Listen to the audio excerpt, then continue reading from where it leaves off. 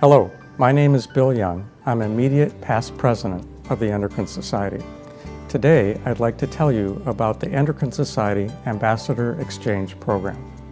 This program is where an endocrinologist and trainee from a US-based center travels to an international center where resources are limited and indigent populations are served. This is for a 2-week period of time. Then, an endocrinologist and trainee from the international center travels to the US center for a similar 2-week period of time to observe how endocrinology is practiced in the United States. And now, I would like to introduce you to the Endo Ambassadors. My name is Susan Mandel. I'm a professor of medicine at the Perelman School of Medicine at the University of Pennsylvania, and I also am the fellowship program director, so I'm involved in the training of our fellows in endocrinology. My own personal interest is in clinical thyroidology. So professionally, I am an educator and I'm a clinician, and I do a little bit of clinical research, and the exchange, I would say, benefited me in all 3 of those areas. So as an educator, I think that observing and engaging in the educational activities of Barra Gwyneth, personally observing the teaching, the high quality of teaching that occurred, has given me some new ideas about how we can return to some of, I think, the most important aspects of our own education, which is the physical examination. I think in the United States, where we have a lot of technology, we sometimes go away from our fingers and from our ears, and it has given me new ideas about how I can integrate some of those aspects into our curriculum. As an educator also, it's wonderful to be able to present knowledge and teach others, and any opportunity for that is always welcome. So being able to engage in many venues for grand rounds at Barra was fantastic. As a clinician, to be able to see the whole spectrum of disease enhances my ability to understand pathophysiology and to treat patients. And then lastly, as someone who is involved in research and clinical research, the result of this exchange has allowed me to make my decision that I am going to pursue doing a sabbatical in South Africa in about 1.5 years. My name is Ilona Laurens. I'm a second-year endocrinology fellow at the University of Pennsylvania Hospital. Through this experience, I've really been able to improve upon the range of skills required of a successful endocrinologist. So as a trainee, my major goal is to see as many patient cases as possible and to learn as much as I can about the pathophysiology of disease so that I can apply this to developing diagnostic and treatment plans for my patients. So this experience really enabled me to see a range of cases, particularly late-stage presentations that I hadn't seen at my home institution, and to also learn how my colleagues at Barra managed patients in a low-income setting. Beyond the clinical experiences that I gained, I was able to present some clinical cases and some of my research interests to colleagues and endocrinologists outside of my home institution, which is incredibly valuable as I foresee doing this in my professional career. Additionally, I was able to work with a different patient population and to really understand some of the local factors, including cultural and economic, that influence the delivery of endocrine care. As we see many different types of patients in our practice from different socioeconomic statuses and cultural backgrounds, I feel that this experience will allow me to become a more culturally competent and effective physician. I'm Roy Shahs, and I'm the head of the Division of Endocrinology at Chris Hani Barra Gwyneth Hospital in Soweto and the University of the Witwatersrand, Johannesburg. Barra Gwyneth is the biggest hospital on the African continent and in the Southern Hemisphere. And I feel that this exchange benefited me the most, especially in terms of the alliances and friendships that are formed with the people from UPenn, in that in the future it will give me, as it were, unrestrained access to be able to contact people of such high caliber in order to discuss patients and discuss projects and to exchange ideas. As far as my actual visit to UPenn was concerned, perhaps one of the biggest benefits was to see how modern technology and such sophisticated technology is applied for the well-being of patients. I'm Kaushal Naidu. I'm a first-year endocrinology fellow at Chris Hani Barra Gwyneth Academic Hospital, And I benefited professionally by experiencing a very sophisticated environment with leading authorities in various subspecialties in endocrinology. Basically, I was exposed to very advanced therapies for refractory disease that we are not exposed to in South Africa, as well as the very advanced imaging techniques as well. I also experienced very complicated cases that have been managed by subspecialists. The major difference here is that there are subspecialties in each field of endocrinology, and I had the chance to meet various leading authorities in various fields. So for me, when I look back on this exchange and reflect on it, I'm also looking forward, because what began as an exchange to learn about the care of patients in a different environment has become what I hope is, and what I anticipate will be, a lifelong collaboration with not just colleagues but with friends. So we engaged. We never felt that we were observers, and even though 2 weeks is a short period of time, we're fortunate that Roy and Kirshlan are here. I think all of us feel that we have friends at the respective institutions. So we have a very personal tie to the people that we met when we were at Baragwanath Hospital. And that tie is something that I think will remain very strong and will change over the next 10 to 20 years. So it's the personal aspect of this exchange that was very meaningful. I would say the other aspect of the exchange that meant a lot to me was the ability to learn about a different culture, and to learn about it not just as an outsider in the culture, but to be part of that culture. So whether we were with friends, whether we took advantage of many opportunities to meet with friends outside of the hospital, whether we were involved in cultural activities, we tried to immerse ourselves as much as possible in South Africa, which has such a varied culture, to learn as much as we could. So the first way it affected me is that I was able to develop a personal relationship and a professional relationship as well as a friendship with international colleagues. So one of my areas of interest is in quality improvement research, and I was able to meet with two physicians at Bara who had actually had extensive experience implementing diabetes protocols and were very well attuned to quality of care delivery, especially in the busy hospital environment. So I was able to use these physicians as a contact. I've been emailing with some of them in order to further my projects. Well, I think that the way it really benefited me personally cannot really be clearly separated from the professional advantages I had, because any professional advantage I got out of the exchange affects me personally. So again, I just need to reiterate that I think it's the friendships and the alliances that have been formed, that I had the opportunity to meet with such eminent and famous endocrinologists in various spheres at the University of Pennsylvania. And the thing that excited me perhaps the most, that is perhaps unique, and I don't know whether it could ever occur with any other combination of hospitals, is that Baragwanath is a historic hospital with a history that goes back certainly only to the 1940s, but it started as a military hospital for the imperial forces where soldiers were sent there to recover at the request of the British government. And of course, the University of Pennsylvania was the first university to have a medical school in this country. And the hospital, although not at the present site, was the first, as far as I know, general hospital, academic type hospital in the country. I've developed a close personal and professional relationship with my colleagues at the University of Pennsylvania, which I'm sure is going to be a lifelong thing. And it was interesting to observe the cultural differences as well in the patient populations that we've seen. I have enormous admiration for the faculty at Baragwanath Hospital, and we were able to observe this in numerous settings. So the commitment of the physicians to the care of patients is really unparalleled. What we saw was numerous patients with advanced stage disease and teams of physicians working together, given that there are resource differences at Baragwanath than they are in the United States, but working together where this was truly patient-focused care. We use that word a lot in the United States, where we say we're doing patient-focused medicine, but this was the true epitome of patient-focused care.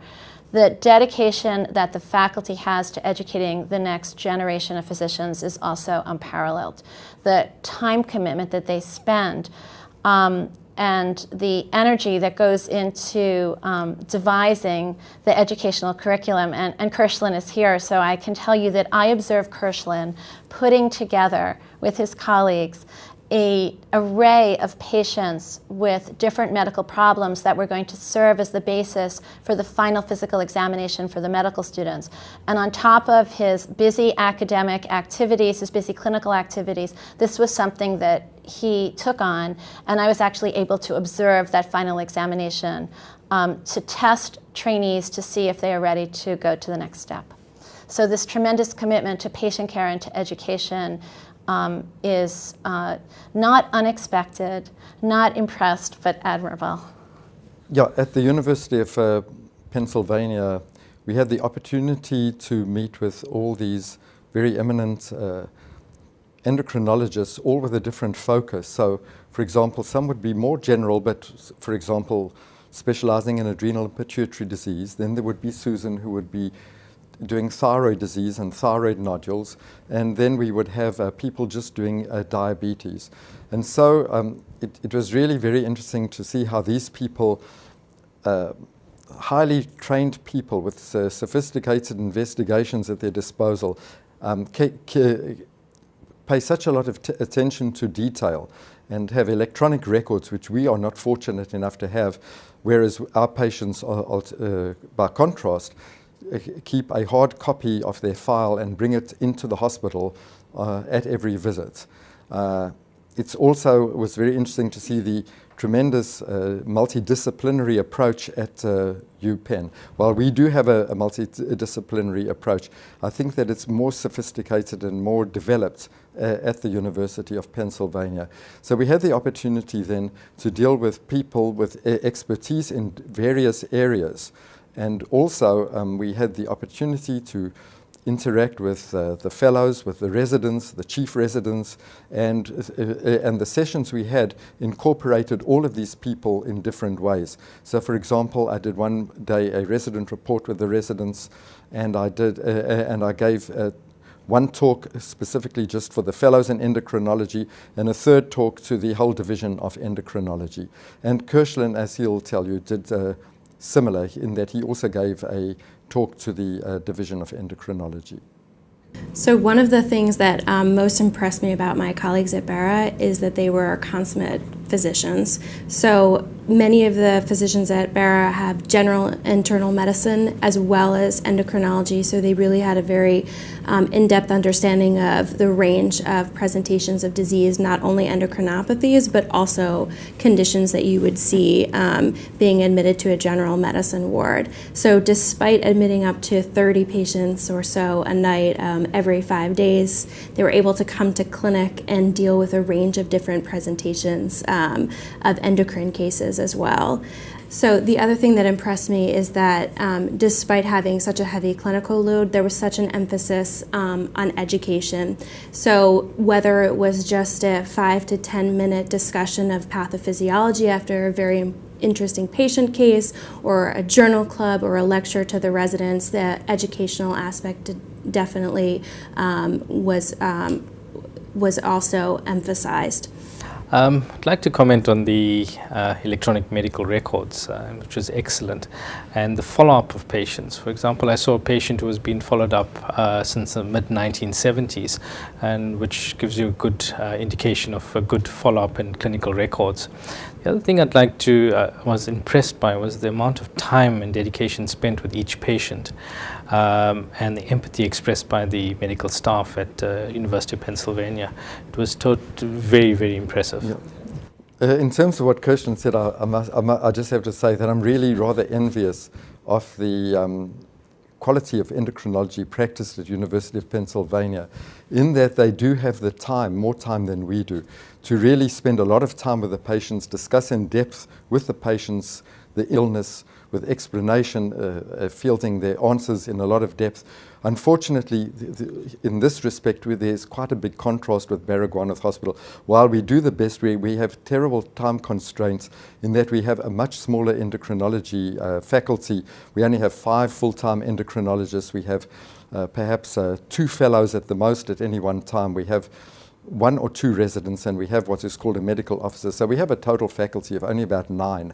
And we have to use the resources available to us to, for example, hold a diabetes clinic every day of the week. And so we use the services of our residents, who are also then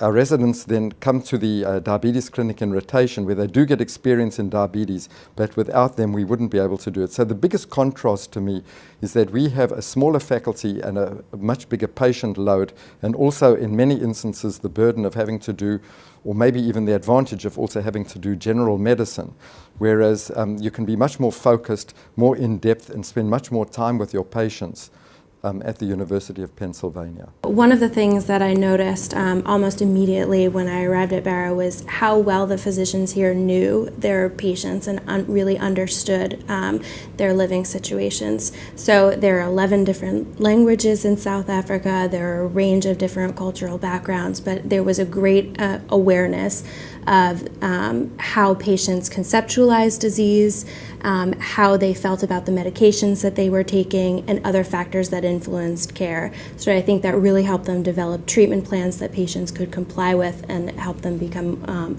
more effective physicians, recognizing some of the social and economic issues of the population of patients. So the patients we saw in all the clinics, which were incredibly busy, I think what we saw uniformly was how grateful the patients were for the care that they received.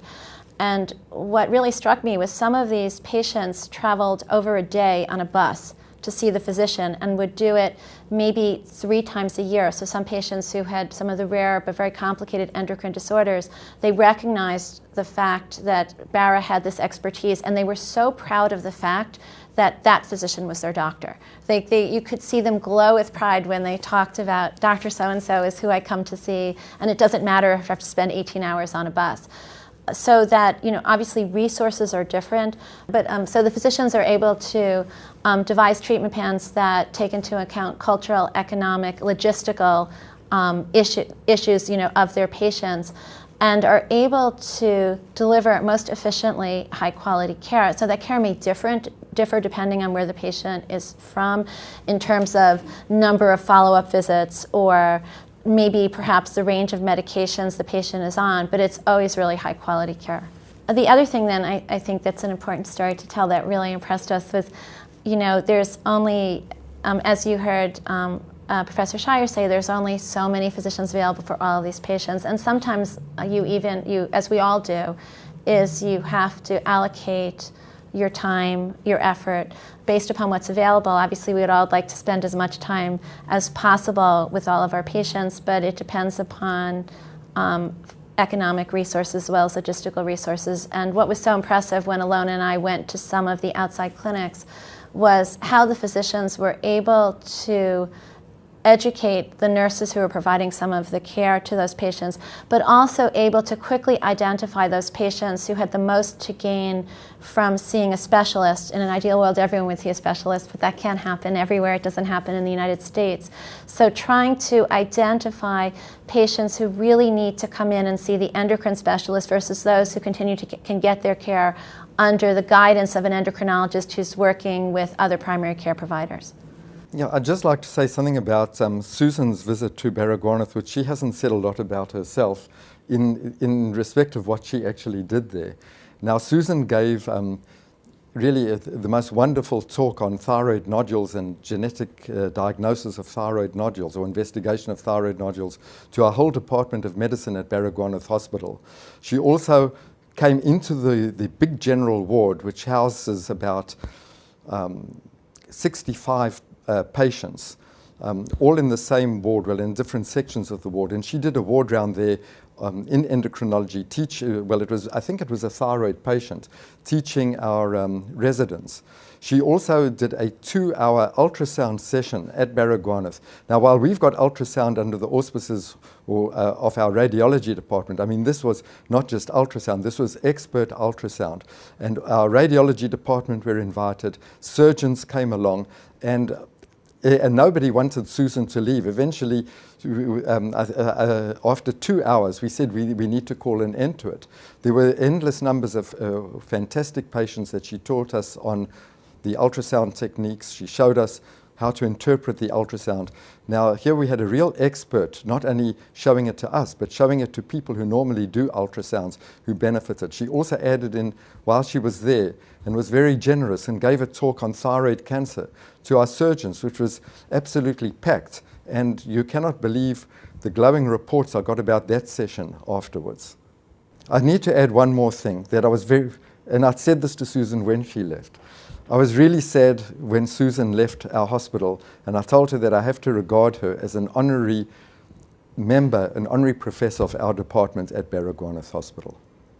You know, when I think people reflect on Bill's vision in doing this program, what comes to mind is sometimes what's an overused phrase, which is pay it forward.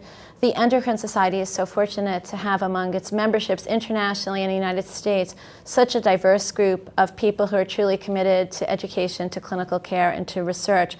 And to be able to start an exchange like this, where you begin to cross-fertilize and basically take advantage of the strengths of many of our members, but allow them to interact with each other and allow them to, by doing that, to provide benefits that go way beyond themselves, that go not only to their trainees, but go to patient populations.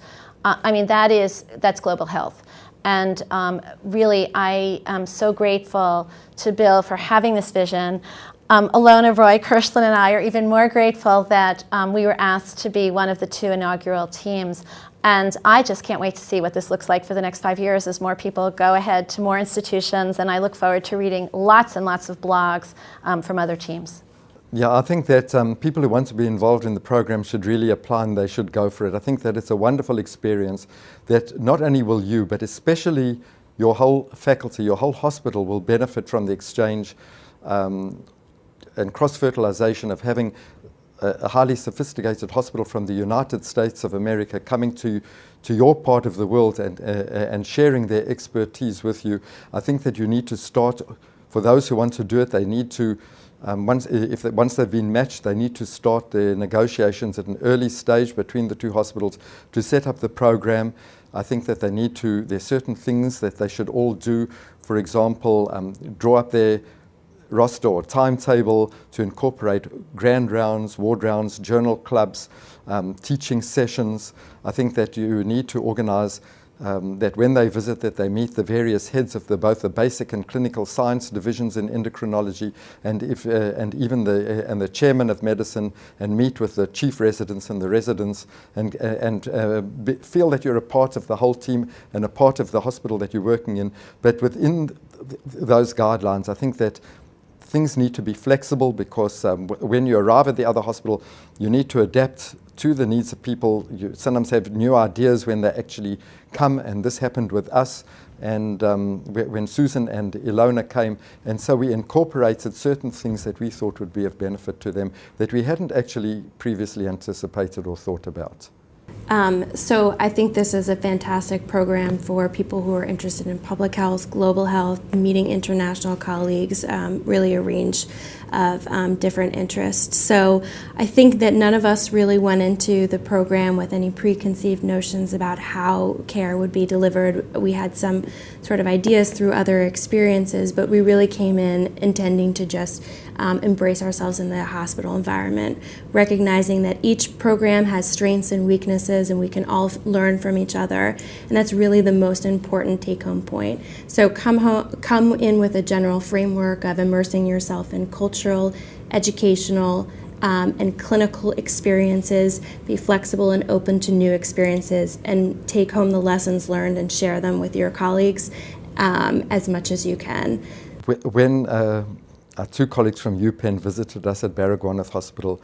We immediately took to one another. We formed a great friendship, and I think that when we came back here, that friendship was really cemented and enhanced, and I think that this will endure forever and go into the future and will be for the benefit of not only ourselves, but for the benefit of our two respective institutions and for our patients.